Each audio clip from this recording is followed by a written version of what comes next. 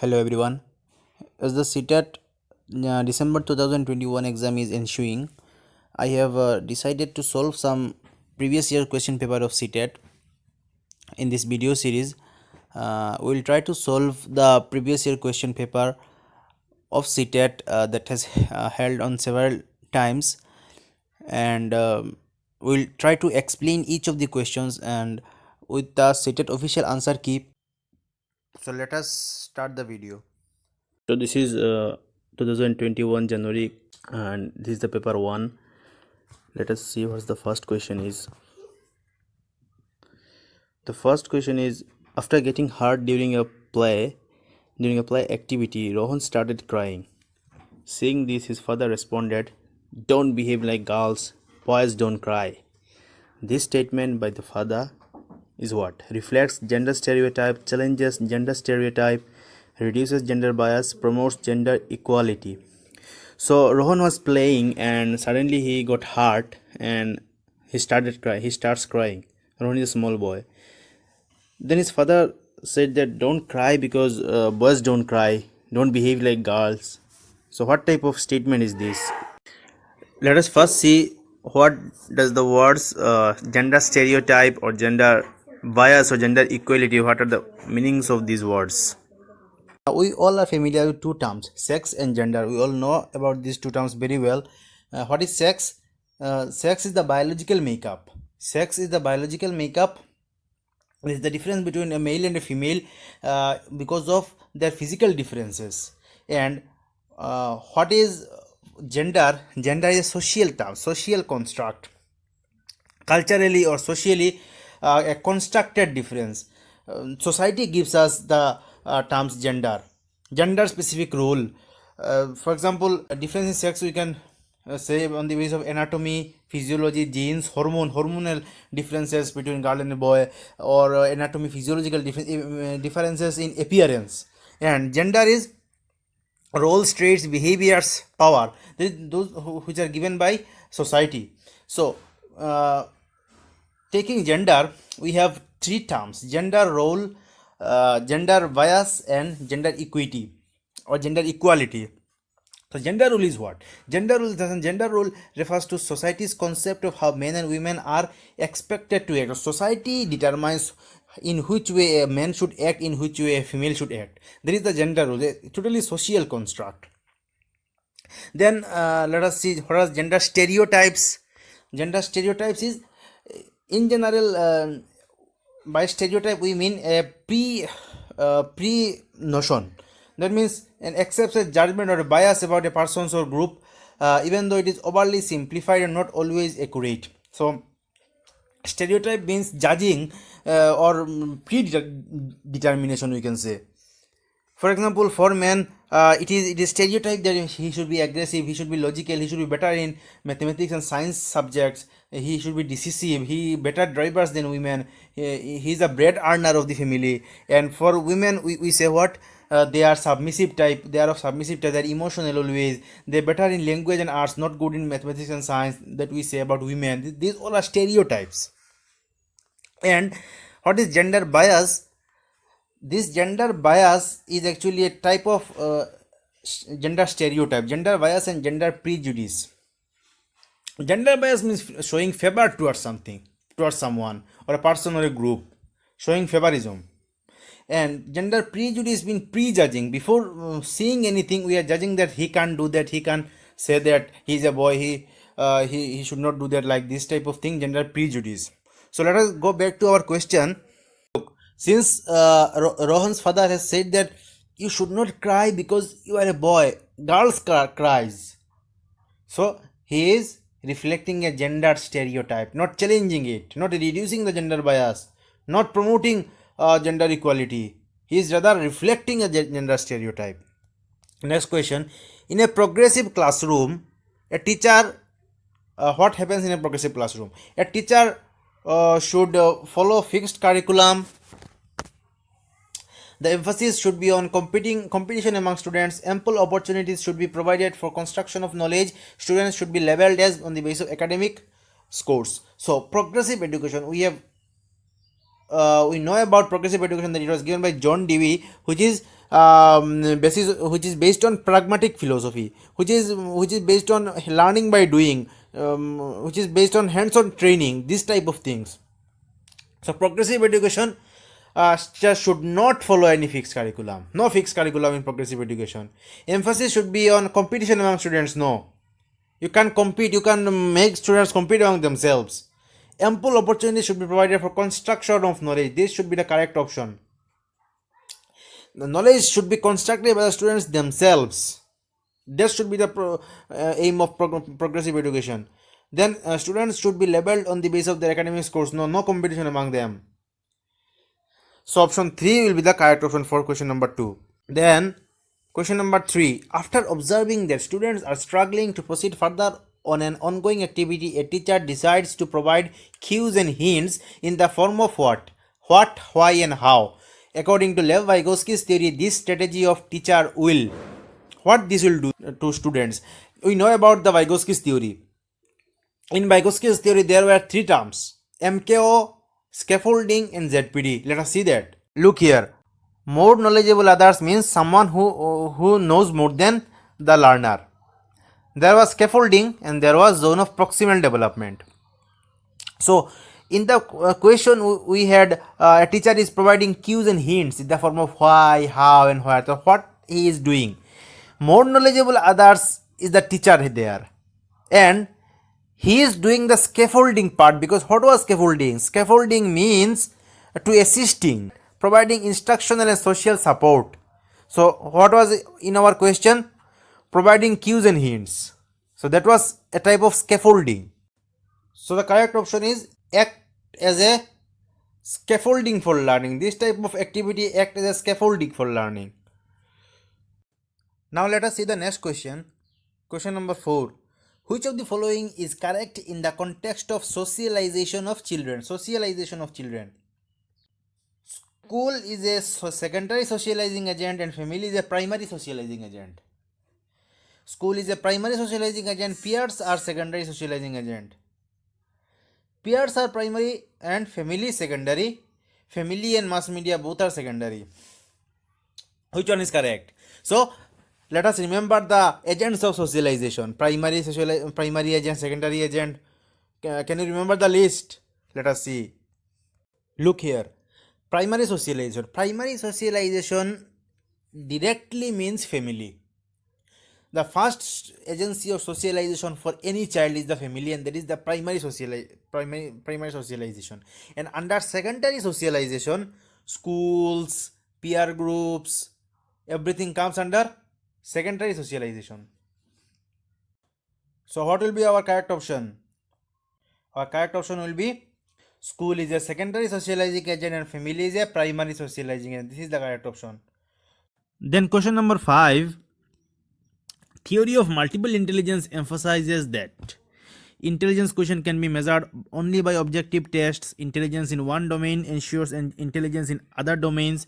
There are several forms of intelligences. There are no individual difference in intelligence. Remember the multiple intelligence theory that was given by Howard Gardner.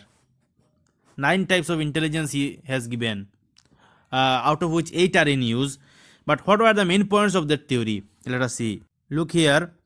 Theory of multiple intelligence that was given by Howard Gardner, and it was published in his book Frames of Mind. So what are the main points? He has given 8 different kinds of intelligences. If you can remember, 8 different kinds of intelligence were there. He said intelligence of several kinds. So he has told about types of intelligence. Intelligence cannot be tied to a single domain. That is the main point he has said. And also he has said that each individual has his own unique abilities. What more he said? He said intelligence is not dominated by any general factor. That is, he has completely discarded the concept of Alfred Binet, general factor. So our options are intelligence quotient can be measured by objective tests. He has said nothing about IQ. That is wrong. Intelligence in one domain ensures intelligence in other domain. That is that line is given by the general factor, unifactor theory of intelligence. So multiple intelligence, that is Howard Gardner's theory, doesn't say that. Then option 3, there are several forms of intelligence. This is most appropriate option. This is the correct one. multiple intelligence has said about these only several forms of intelligence. And fourth option is there are no individual differences in intelligence. There is definitely some individual intelligence, as you have seen in point 3, individual differences.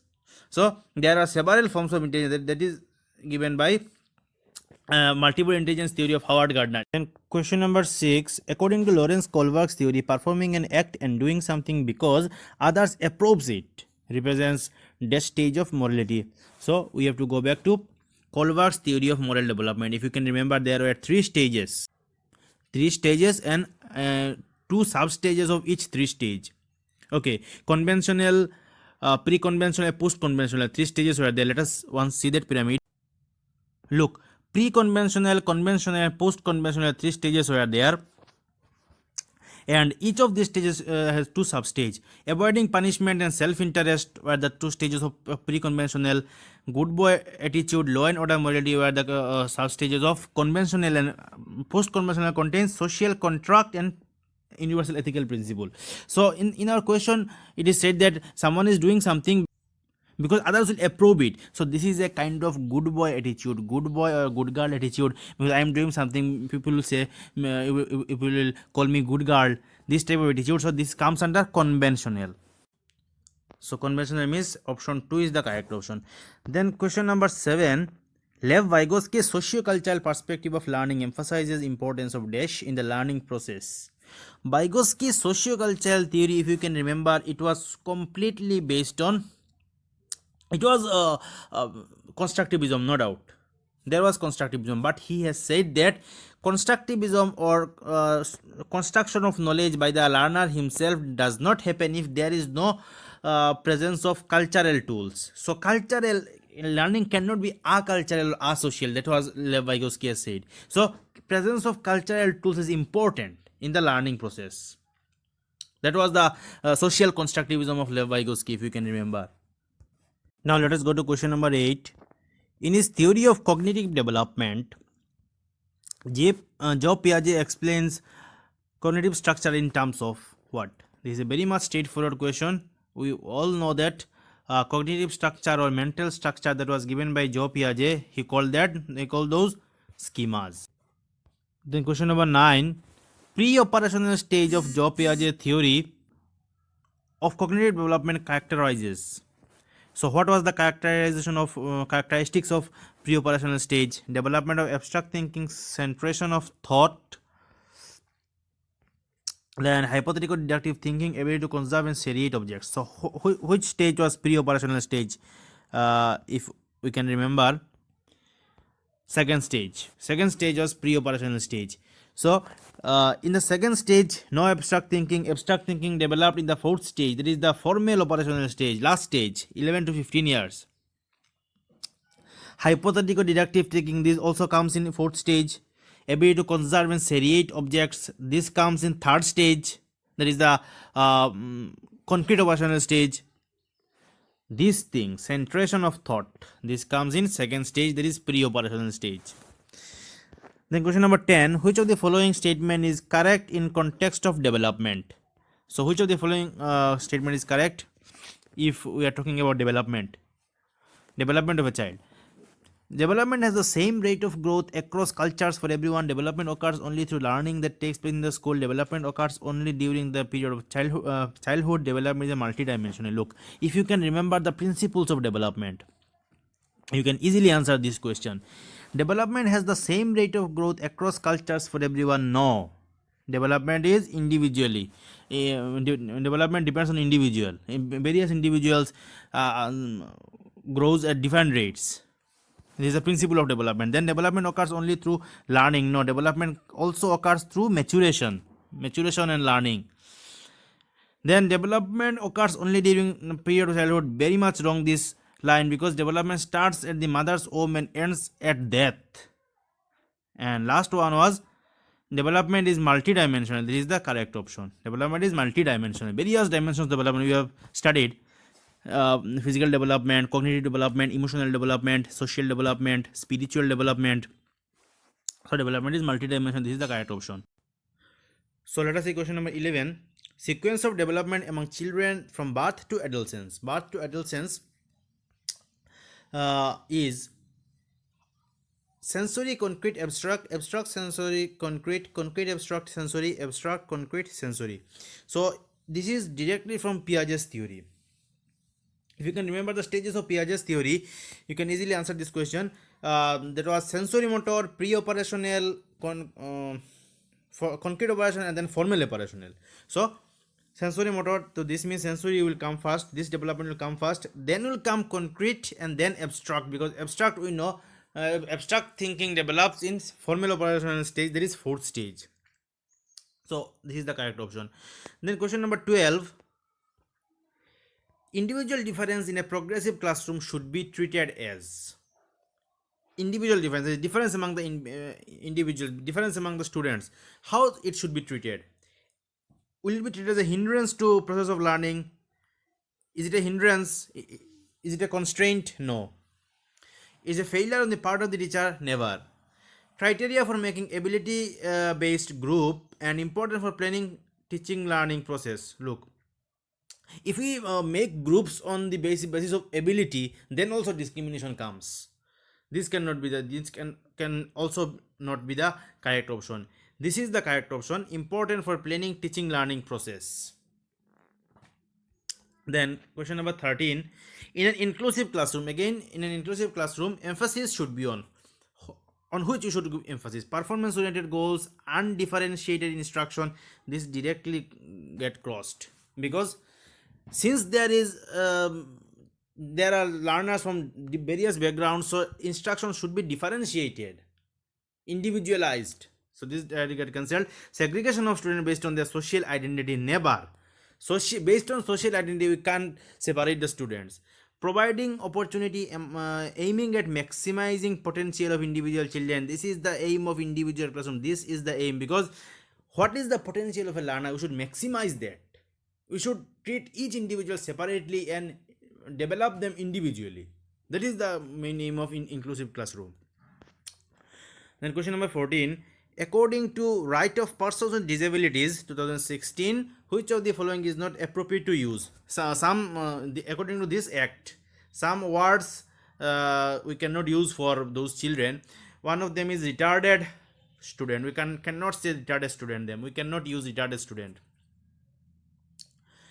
Handicapped student, we can also not say handicapped. This student is handicapped, this student is retarded, this student is crippled body. These words we cannot use. We can say that this student has some physical disability. In this way, in a good manner, we can use this word for those students, those learners, those persons.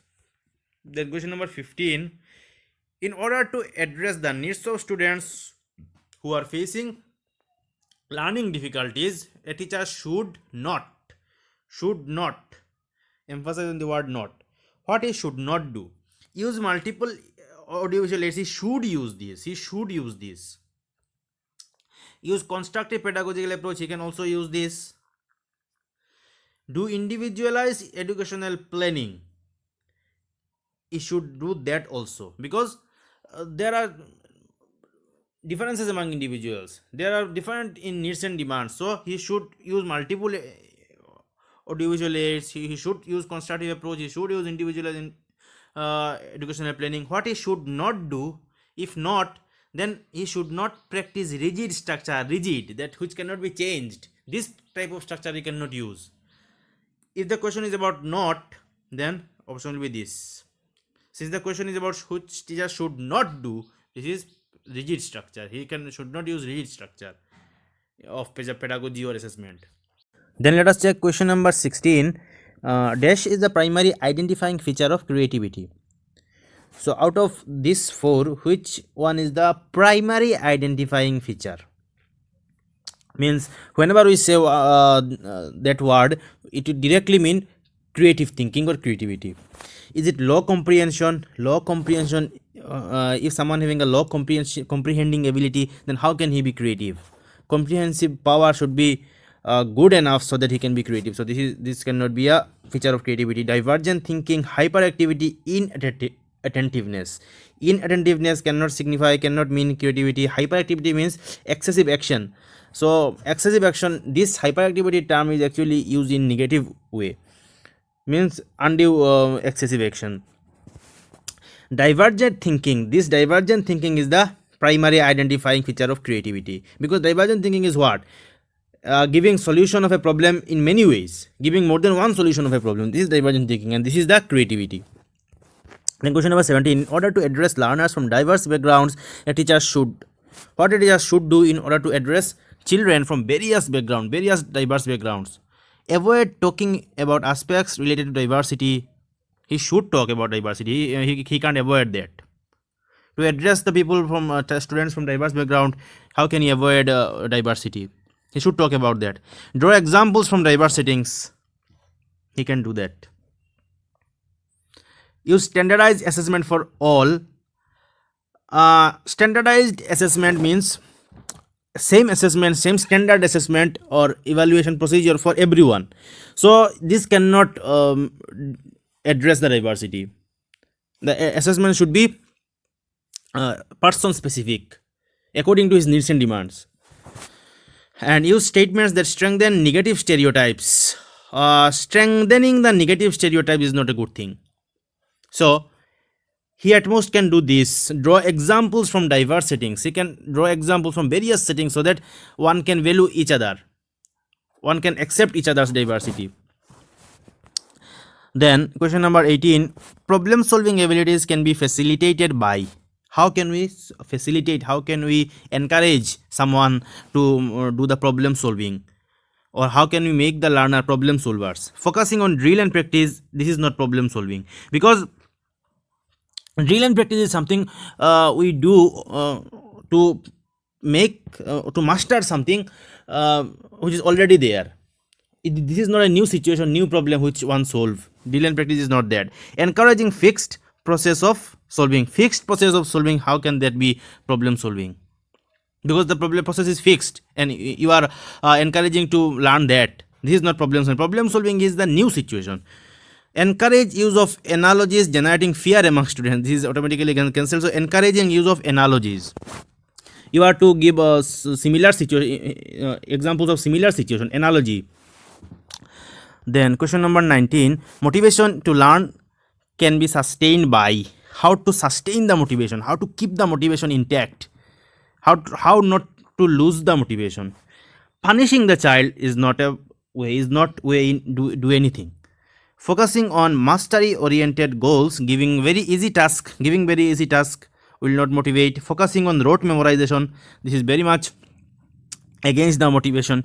So focusing on mastery oriented goals can be a way of sustaining the motivation. Then shame. Question number 20. Shame has no relation to cognition. Shame has a relation to cognition. Can have negative impact on cognition. Yes, your cognitive ability will be badly affected, or we can say negatively affected by shame. This can be the solution. Let us check the other options. Is very effective to motivate. Shame can never motivate student.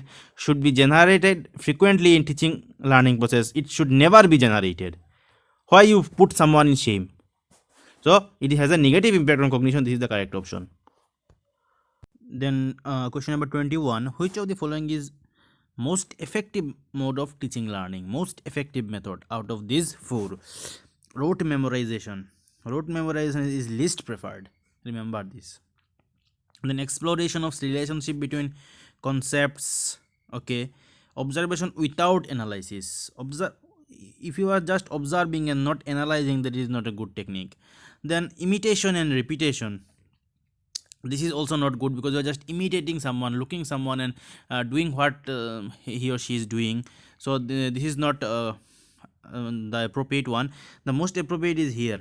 Exploration of relationship between concept. You have to explore, you have to engage yourself in various things and try to find out the relationship between the concepts, so that a concept is formed in your mind. Then question number 22. A teacher should analyze the various errors made by the students on a given task. Why a teacher should analyze the errors that students do? Students commit mistake, and teacher should analyze why. She can decide degree of punishment. No, not that reason. Understanding the errors of errors are meaningful in the teaching learning process. Yes, understanding of errors are very much meaningful. Okay, let's check the other options. She can segregate those who made more errors in comparison to others. It is not the duty of teacher to segregate the students based on how much error one is making. No, learning is solely based on correction of errors. No, since it is saying that solely based, learning is not solely only the correction of errors. So understanding of errors are meaningful in teaching learning, but this is why a teacher should analyze the various errors made by the students. Then question number 23, it is difficult for children to learn when it is most difficult for a student to learn. Information is presented in disconnected chunks. Chunks means pieces. So if you are providing pieces of information which have no connection in between them, it is very much difficult for student to connect them and understand as a whole. It is very much difficult. This can be the answer. Then let us check the other options. They are intrinsically motivated. It is difficult for children to learn when they are, if they are intrinsically motivated, then it is rather easier for children to learn. So this is not the option. Learning is socially contextual. Learning is very much socially contextualized, and it will not hinder the teaching. It is not difficult for children to learn when learning is socially contextualized. If socially contextualized, then it will better learn. They can relate better. Content is represented through multiple ways. If content are represented through multiple ways, then it will facilitate learning rather than making it difficult. So making it difficult is only when learning is presented in disconnected chunks. You are providing piece of information which have no connection in between them. So this is the correct option. Question number 24, best state of learning. Best state of learning: high arousal, high fear, low arousal, high fear. Look, high fear, this do automatically get cancelled, because when there is fear, how can one learn? Moderate arousal, no fear, and no arousal, no fear. No fear is okay, but no arousal. If you are not arousing someone, if you are not motivating someone, then learning is not the best learning. So correct, the most appropriate option here is moderate arousal, no fear. There should not be any no fear, and also the arousal should be moderate, so that they are just get the point where they can start reading by themselves. Just moderate arousal is needed. Question number 25, constructivist view of learning suggests that children dash construction of their own knowledge. So what is constructivist view? We know two things, Job Piaget, and another was social constructivism given by Vygotsky. So what they said about constructivism is that students themselves construct the knowledge, so have no role to play in. This is wrong, because they have some role to play in. They are solely dependent on adults. No, not solely depends. Play an active role. Yes, they play, the children play an active role in the construction of knowledge. This is true. Are solely dependent on textbooks, very much wrong from constructivist viewpoint. So from constructivist viewpoint, learners play an active role, students play an active role in the construction of their own knowledge. Question number 26, which of the following belief is good for learning? Ability is improbable, ability is fixed, effort don't make any difference, failure is uncontrollable. So look, very much interesting question, and very much this question can be answered from, if you are a common sense. Failure is uncontrollable. If somebody think that he is getting failed in somewhere, and it is uncontrollable, he can't control his failure and cannot improve, so this belief is not good for learning. Efforts don't make any difference. If you are thinking that if you are doing efforts and it will not make any difference in your process of learning, then also you are not going in the right way. You are not thinking in the right way. This belief is not good for learning. Ability is improbable and ability is fixed. If you are thinking that ability is fixed, you can't improve your ability. What ability you are having now, you can't improve that, and you have to remain happy with that. This belief also not good for learning. If you are belief is that ability is improve, you can improve yourself, this belief will help you in learning. So option 1 is the correct option. And then question number 27, conceptual understanding among students is likely to improve in the settings which emphasizes on, in which setting conceptual understanding will improve?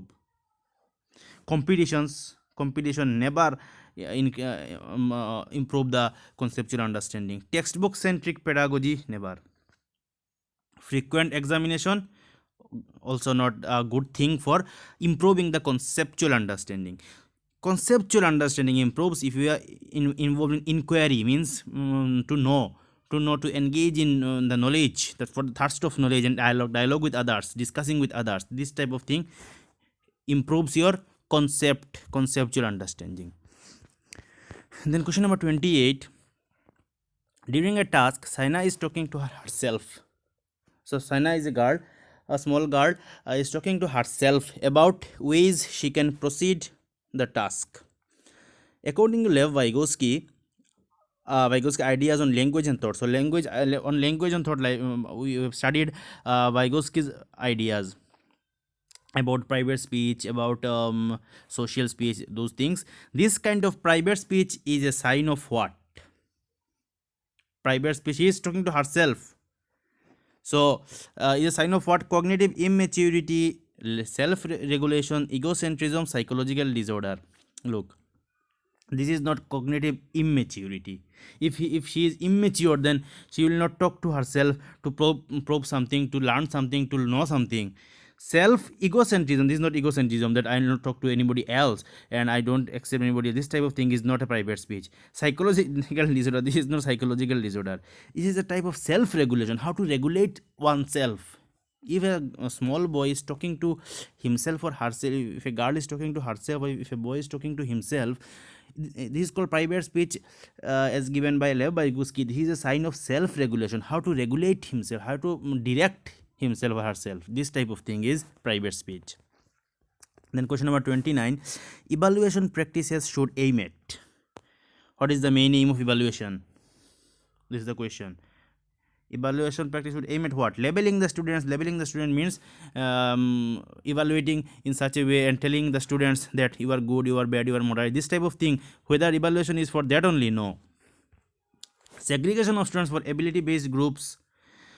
After evaluating, you have to segregate them, you have to separate them in groups. This is not the aim. Identifying student needs and requirements. Identification for high achievers. For prize distribution. So these three options, 1, 2 and 3, get cancelled. Option 3 is the most appropriate, because evaluation is done to identify the needs and requirements of students. This is called formative evaluation particularly. Then question number 30 and the last question for this video. Individual differences in development of children can be attributed to. Why the individual difference comes in the development of children, or can be related to what? Heredity only, environment only, neither heredity nor environment, interplay of heredity and environment. So individual difference is because of both heredity and environment. Remember this, it's a product of heredity and environment.